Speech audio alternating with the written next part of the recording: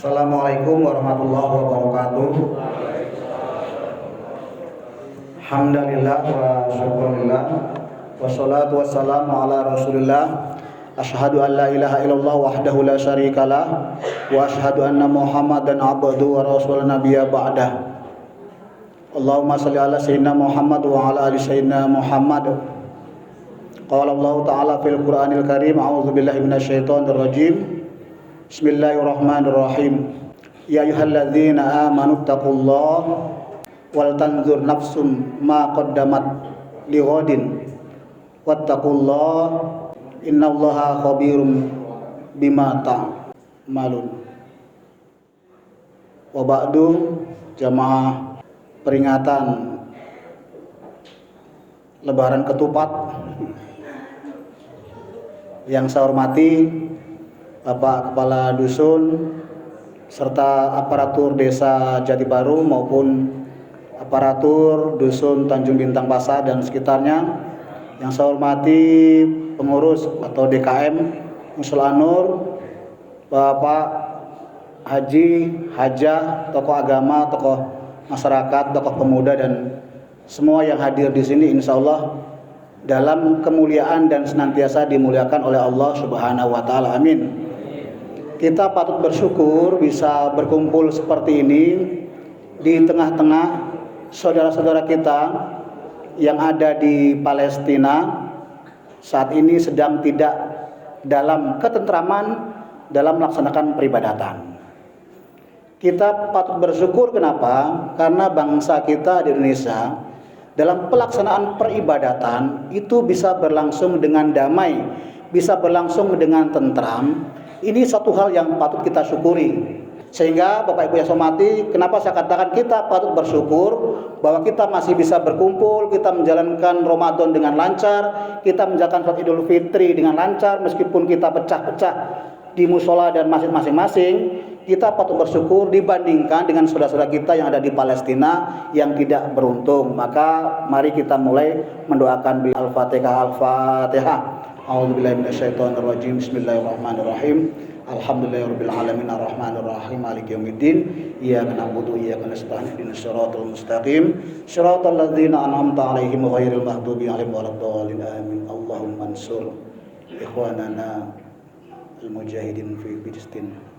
Bapak Ibu saya hormati, kenapa saya perlu memperingatkan soal Palestina? Karena ada yang berbisik, Allah ngapain atuh ngurusi Palestina, ngurusi tanggane dewe. Sebenarnya hanya sekedar mengingatkan bahwa kita ini persatuan umat Islam itu tidak dibatasi oleh sebuah negara-negara. Jadi ada ibadah haji itu membawa pesan bahwa persatuan umat Islam itu harus dibangun. Jadi melalui peribadatan haji yang sebagian sudah dilaksanakan oleh saudara-saudara kita yang menunaikan, itu merupakan pesan bahwa persatuan umat Islam itu tidak dibatasi oleh sebuah negara, tapi persatuan umat Islam itulah universal.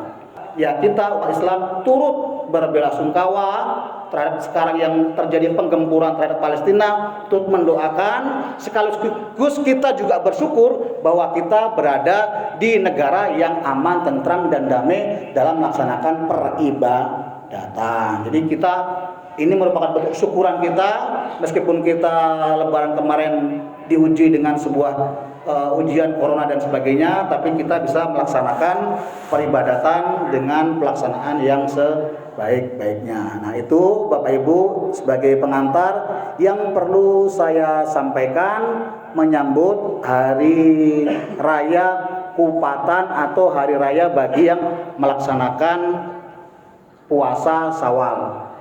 Enten sing poso Syawal boten iki? Pun boten dereng. Sudah ada 6 hari Pak ya? Pokoknya kalau yang puasa Syawalnya dari hari kedua di bulan Syawal berarti hari tuntas. Dan berarti memang ini malam Lebaran, hanya bedanya tidak takbiran. Nah, ini saya ucapkan selamat bagi yang sudah melaksanakan dan sudah mendahului.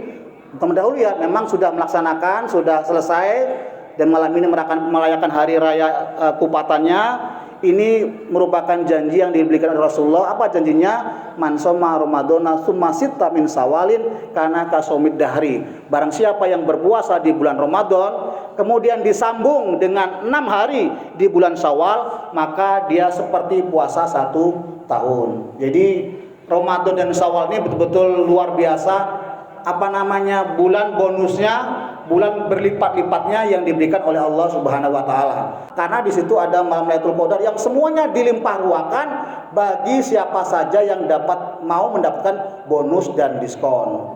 Yang namanya mall mengejar hadiah dan sebagainya, kalau tidak tertarik maka tidak akan mau mengejarnya. Sama halnya Ramadan, meskipun dia malam berlipat ganda, banyak bonus dan kebaikan lipat ganda yang diberikan oleh Allah, kalau orang nggak tertarik maka tidak akan mau mengejarnya. Maka mudah-mudahan kita semua yang hadir di sini merupakan pribadi-pribadi yang bersedia menjemput semua bonus dan hadiah yang diberikan oleh Allah Subhanahu wa taala. Amin ya rabbal alamin. Jadi kalau kita bandingkan 3 hari sebelum lebaran Pak ya, kulon bayangke tong pasar Tanjung Bintang semuanya sibuk. Ajeng botot telung dino sampai dalan ditutup. Tengah-tengah pasar kebak. Kalau itu semua dibayangkan atau nyata sebagai sebuah pahala, ya. Atau kalau semua orang yang berpuasa itu membayangkan bahwa kebaikan dari Allah itu seperti mengejar yang ada di pasar itu, saya yakin semua masjid, semua tadarus dan sebagainya itu penuh di semua masjid. Tapi karena pahala itu nggak nyata dan nggak kelihatan, maka beda semangat dan spiritnya, semangat dan daya juangnya ketika mempersiapkan Lebaran dibandingkan mempersiapkan Ramadan. Nah, untuk yang berpuasa sebenarnya kemenangan itu bukan soal tersedianya makanan yang lengkap, bukan soal tersedianya sirup dan sebagainya yang lengkap, tapi kemenangan itu karena memang kita bisa menuntaskan dari peribadatan Ramadan yang kita kerjakan. Nah, di beberapa tempat saya selalu menyampaikan, hidup kita ini Bapak Ibu itu seperti berlomba, berpacu. Ya seperti mau lebaran di pasar itulah, semua berlomba mau dibeli. Semua berlomba mau dipunyai. Rasanya belum lengkap kalau kuehnya tidak ada. Rasanya belum lengkap kalau semuanya tidak dibersihkan rumahnya. Rasanya nggak lengkap kalau semua makanan tidak tersedia. Rasanya begitu puas dan bangga kalau yang tersaji di meja tamu itu lengkap dan sempurna. Itulah sesungguhnya yang harus juga kita timbulkan di dalam kita mempersiapkan kehidupan kita di hari akhir nanti. Maksudnya apa? Kita ini hidup ini, kalau urusan dunia mari kita berlomba. Kalau urusan dunia boleh kita berlomba. Urusan politik, urusan dunia pendidikan, urusan yang lainnya itu boleh kita berlomba. Tapi sesungguhnya kita hidup ini berlomba bukan dengan orang lain. Sesungguhnya kita ini berlombanya dengan diri sendiri. Jadi jangan ngukur, wah wong kewe malas nang masjid aku ya malas lah. Alah kayak cek kalah karo aku nang masjid. Alah orang itu masih kurang puasanya dengan saya. Kita ini tidak bisa membandingkan peribadatan yang kita kerjakan dengan peribadatannya orang lain. Wah wong kewe sedekah 500, aku 200 wae lah. Wah wong kewe sedekah ker 1 juta, aku tak 500 wae lah. Sesungguhnya kita ini berpacu bukan dengan orang lain. Sesungguhnya kehidupan kita ini berpacu dengan diri kita sendiri. Apa kata Allah di dalam surat Al-Hasr ayat 18, Allah berfirman, ya ayyuhalladzina amanu taqullah, wahai orang-orang yang beriman, ya ayyuhalladzina amanu taqullah, wahai orang yang beriman, bertakwalah kamu kepada Allah. Wal tanzur nafsun, dan hendaklah setiap diri, wal tanzur nafsun ma qaddamat li ghadin, hendaklah setiap diri memperlihatkan atau melihat apa yang sudah dia perbuat, yang sudah dia kerjakan untuk hari esok. Wattaqullah, dan bertakwalah kepada Allah, innallaha khabirum bima ta'malun. Sesungguhnya Allah melihat apa-apa yang kamu kerjakan. Di firman Allah ini menegaskan, sesungguhnya kita ini berlomba dengan diri sendiri, bukan berlomba dengan orang lain. Jangan membandingkan ibadah yang kita kerjakan itu dengan orang lain, tapi bandingkan dengan diri sendiri. Apa guna dan fungsinya kita membandingkan dengan diri sendiri? Supaya kita tidak pernah puas dan merasa cukup terhadap ibadah-ibadah yang kita kerjakan. Kalau kita membandingkan dengan orang lain, alah wong kaya malas sholat, aku ya tak malas sholat lah. Alah wong kaya juga jarang-jarang nang masjid, sing sekolah madrasah, sing sekolah pondok, sing haji wae jarang masjid, cumane aku sing haji ora apa-apa. kita semuanya tidak membandingkan. Kalau kita membandingkan dengan orang lain, maka kita akan ikut yang banyak. Kalau kita sudah ikut yang banyak, yang buruk tapi dilakukan oleh orang banyak, itu sudah dianggap biasa saja. Gini apa? Sebuah keburukan tapi dilakukan oleh orang banyak, itu sudah dianggap maklum dan dimaklumi, dan dia bukan sebuah keburukan. Kenapa? Karena kita membandingkan diri dengan orang lain. Tapi kalau kita membandingkan diri dengan diri kita sendiri, maka kita tidak akan pernah merasa cukup dan puas terhadap peribadatan yang kita kerjakan. Di bulan Ramadan misalnya, Ramadan kita tahu bahwa setiap Ramadan dalam sejarah Nabi Muhammad, malaikat Jibril turun menemui Nabi Muhammad. Apa tujuannya? Untuk mentadarusi atau bertadarus. Sehingga setiap Ramadan Nabi Muhammad bertadarus pada malaikat Jibril. Untuk apa? Untuk mengulang hafalan-hafalannya. Itu yang menjadi sandaran di setiap masjid Ramadan itu melaksanakan tadarus Al-Quran. Hendaknya setiap Ramadan, karena Rasulullah mengajarkan bahwa dia bertadarus khatam Al-Quran di setiap Ramadan, kita semua umat Islam itu juga menargetkan setiap Ramadan itu juga khatam Al-Quran. Kecuali yang sudah uzur, yang matanya sudah nggak bisa lagi melihat, atau yang bacaan sudah kurang, setidaknya itu frekuensinya diganti dengan bacaan-bacaan setiap sholat. Saya di Girijoyo Pak, kebetulan ada ibu-ibu temennya mertua saya, waktu waktu Ramadan keberapa saya datang ke rumahnya silaturahmi. Saya tanya, "Bu, mata masih sehat-sehat?" Sudah kebetulan Ramadan ke-22 saya ke rumahnya silaturahmi, sengaja saya niatkan karena lama menyambung silaturahmi karena orang tua saya atau mertua saya punya hubungan baik dengan dia. Karena saya prinsipnya meneruskan silaturahmi mertua saya sambungan silaturahmi, saya datangi, dia sudah sepuh, sudah tua. Saya tanya, masih tadarus? Masih. Sudah khatam berapa kali? Sudah 2 kali, sekarang sudah dapat 21 juz lagi. Sudah sepuh, Bu. Usianya harus di atas 60. Tapi dia masih mau, perempuan, masih mau menghatamkan. Kenapa? Karena dia berkeyakinan bahwa di Ramadan itu memang ada pelimpahan, ada pelipat gandaan dari ibadah-ibadah yang dikerjakan. Maka Bapak Ibu yang saya hormati, itulah yang disebut sebagai kemenangan itu. Kemenangan itu bukan berlomba dengan orang lain, kemenangan itu berlomba dengan diri sendiri. Sejauh mana kita mempersiapkan nanti di hari akhir, mampu atau tidak kita menghadap Allah Subhanahu wa taala dengan berbagai bekal yang kita kerjakan. Jadi sesungguhnya di dunia, di akhirat nanti semua kita akan mempertanggungjawabkan ibadah kita masing-masing, tapi di dunia kita sifatnya bekerja sama satu dengan yang lainnya. Maka saya dengar-dengar di Masjid Mudi Musola ini akan dilaksanakan rehab musola, bahkan akan ditingkat, ya Pak ya. Gambarnya saya lihat akan ditingkat, gambarnya bagus. Nah, ini biasanya masalahnya Pak, kalau di setiap ada rehab masjid, ada rehab musola, itu masalahnya biasanya pada yang sudah berinfak keramik, yang sudah berinfak plafon, yang sudah berinfak bata dan sebagainya. Selalu bertanya, nanti pahala saya bakal hilang Pak enggak nih? Jariah saya bakal hilang enggak ya?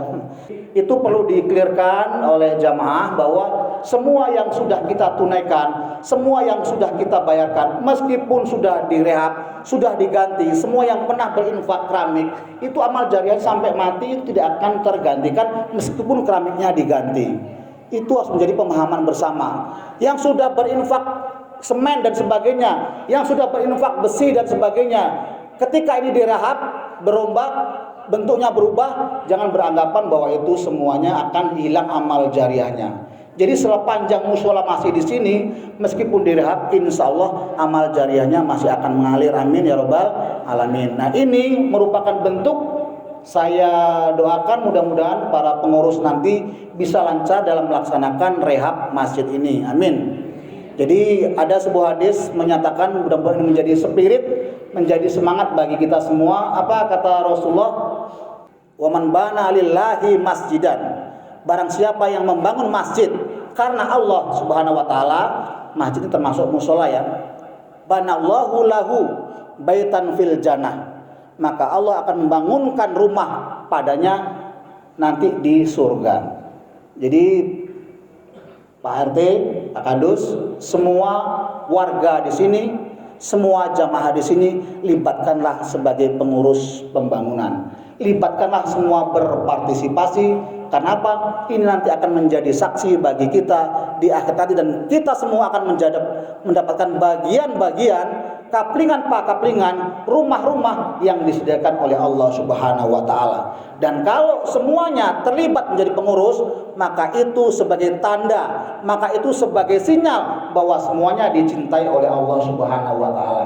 Ada Rasulullah juga pernah bersabda, "Idza ahabballahu 'abdan," jika Allah cinta kepada seorang hamba, ja'alahu, maka dia, Allah akan menjadikan dia peimam masjid, sebagai pembangun masjid, sebagai pendiri masjid, sebagai pemakmur masjid.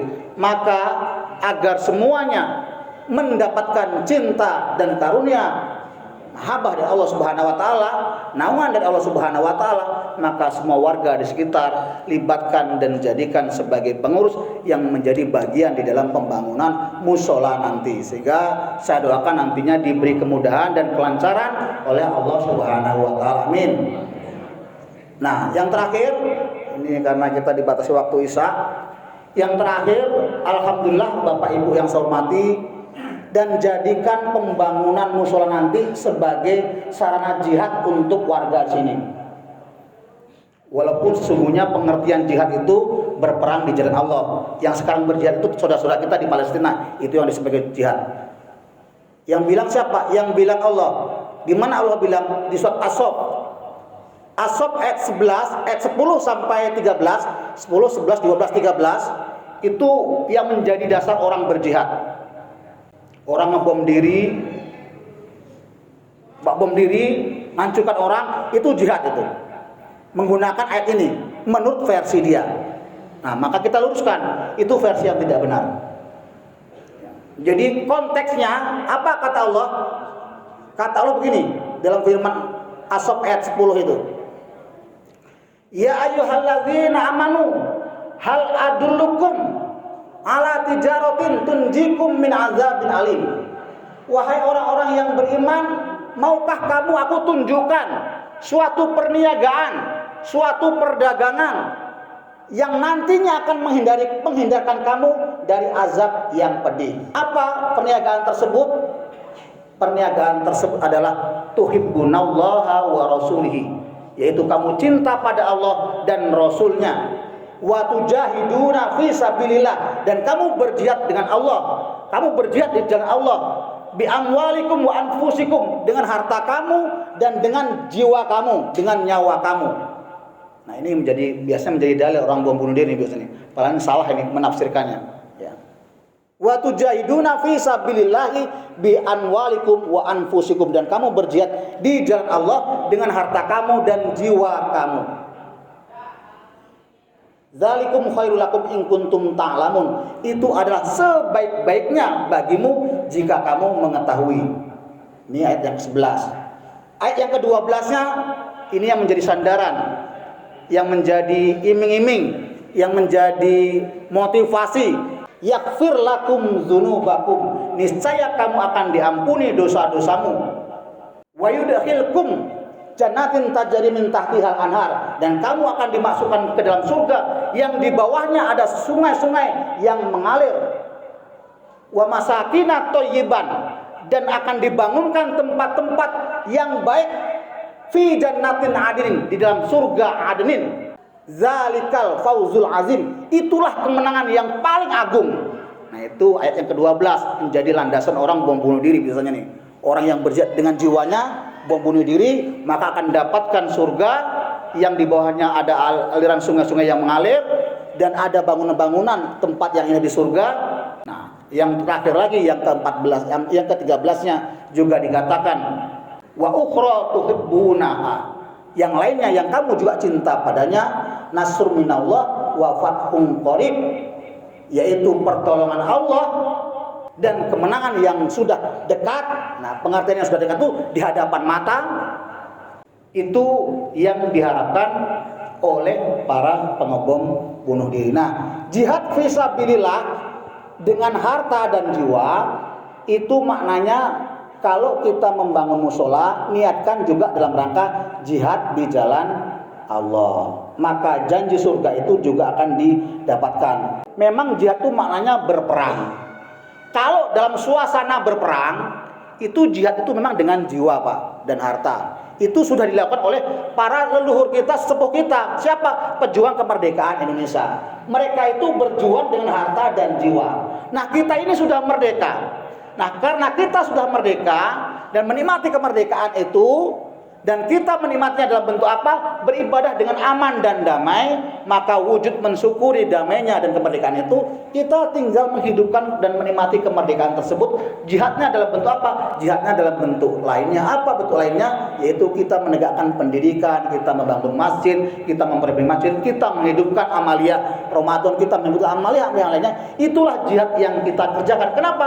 Karena suasananya tidak dalam suasana berperang. Kalau kita dalam suasana berperang, negara kita dijajah dan diinvasi oleh negara lain, barulah kita berjihadnya dengan jiwa kita. Jadi ini mohon mudah-mudahan di wilayah Tanjung Bintang, Pasar dan sebagainya, melalui Musola An-Nur nanti yang akan dibangun, tidak muncul jiwa-jiwa generasi-generasi yang merelakan dirinya mengebom bunuh diri gitu. Jadi itu perlu diluruskan, perlu dibenahi pemahamannya bahwa itu bukan pengertian jihad yang sebenarnya. Dari semua kawan-kawan jamaah, saya ngobrol dengan kawan-kawan jamaah tabligh, itu bukan jihad yang benar dan itu bukan cara kami gitu. Kami ngobrol dengan teman-teman dari Salafi, itu bukan jihad kami, itu bukan cara kami. Ngobrol dengan teman-teman NU, itu bukan pikiran kami dan itu bukan cara kami. Ngobrol dengan teman-teman Muhammadiyah, itu bukan pikiran kami dan itu bukan cara kami. Mayoritas dari kita, NU, Muhammadiyah, Salafi, Jamaah Tabligh dan sebagainya, itu tidak membenarkan jihad dengan cara mengebom diri dan membantai orang lain. Alasannya, sesungguhnya kita ini bukan menghabisi orang kafir, bukan menghabisi nyawa orang lain, tapi sesungguhnya itu hanya diperbolehkan di dalam suasana perang saja. Kalau tidak dalam suasana perang, maka tidak diperkenankan. Sepanjang kita mempertahankan kemerdekaan kita, maka marilah kita berjihadnya dalam bentuk yang lainnya. Jadi itu Bapak Ibu yang saya hormati yang bisa saya sampaikan, karena kita sudah mendekati waktu Isya, jadi tidak perlu panjang lebar. Mohon maaf kalau tidak pas dan tidak berkenan, dan saya doakan mudah-mudahan pembangunan musola dan rehab Musola An-Nur nantinya berjalan dengan lancar. Amin ya rabbal alamin. Saya akhiri billahi taufik wal hidayah. Wassalamualaikum warahmatullahi wabarakatuh.